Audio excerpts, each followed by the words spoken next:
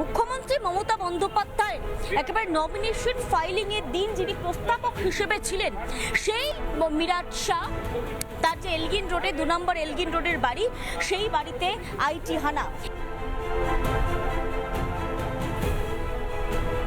আজকে কালো টাকার হুন্ডি নিয়ে বাংলায় বসে আছে, আর তৃণমূল কংগ্রেস পার্টির অফিসে রেড করছেন, ক্যান্ডিডেটের বাড়িতে গিয়ে রেড করছেন, আমার প্লেন রেড করতে আসছেন, আমার সিকিউরিটিতে রেড করছেন। নির্লজ্জ বেহায়া একটা রাজনৈতিক দল সামনাসামনি লড়াই করতে পারে না, ভীতু কাপুরুষ, ওদের বিসর্জন দিন। আরো দুজন যে আইটি আধিকারিক তারা আসেন, হাতে একটি অ্যাটাচি নিয়ে আসেন, এবং সঙ্গে তোমাকে জানিয়ে দিই যে সিআর সেন্ট্রাল ফোর্স, দুজন সেন্ট্রাল ফোর্সকে নিয়ে তাদেরকে ভিতরে ঢুকতে দেখতে পাওয়া যায়। তবে এই যে জিজ্ঞাসাবাদ, সেই জিজ্ঞাসাবাদ আরো দীর্ঘ হতে পারে।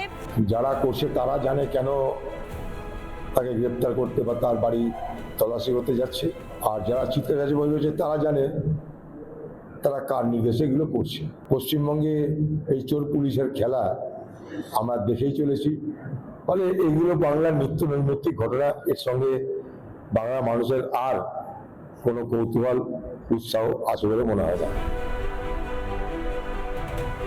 তুমি জানো যে আজকে সকাল থেকে দিকে দিকে বিভিন্ন জায়গায় আইটি রেড চলছে, তার মধ্যে কালীঘাটে রয়েছে, এলগিন রোডে রয়েছে, এবং একই সঙ্গে মনোহরপুকুরে রয়েছে। রাসবিহারী কেন্দ্রে তৃণমূলের যে প্রার্থী দেবাশিস কুমার, তার বাড়িতে পর্যন্ত রেড চলছে, তার বাড়িতে আইটি রেড চলছে। এবং একই সঙ্গে তোমাকে এও জানিয়ে দিই যে তার বাড়ি, তার শ্বশুর বাড়ি, তার নির্বাচনী যে কার্যালয়, সেই কার্যালয়, পার্টি অফিস, বিভিন্ন জায়গায় কিন্তু আইটি রেড বা ইনকাম ট্যাক্সের হানা।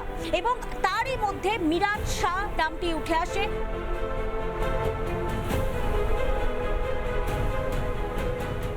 নানা ধরনের কন্টেন্ট দেখার জন্য লাইক করুন, শেয়ার করুন আমাদের ফেসবুক পেজ, সাবস্ক্রাইব করুন আমাদের ইউটিউব চ্যানেল। পাশাপাশি অন্যান্য ব্রেকিং নিউজের জন্য অবশ্যই চোখ রাখুন রিপাবলিক বাংলায়।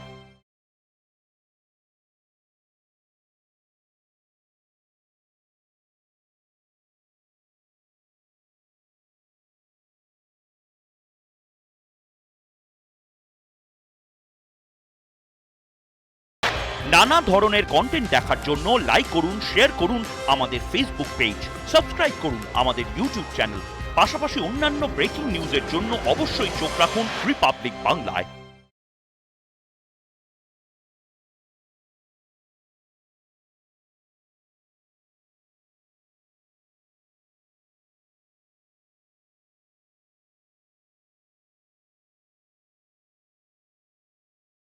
নানা ধরনের কন্টেন্ট দেখার জন্য লাইক করুন, শেয়ার করুন আমাদের ফেসবুক পেজ, সাবস্ক্রাইব করুন আমাদের ইউটিউব চ্যানেল। পাশাপাশি অন্যান্য ব্রেকিং নিউজের জন্য অবশ্যই চোখ রাখুন রিপাবলিক বাংলায়।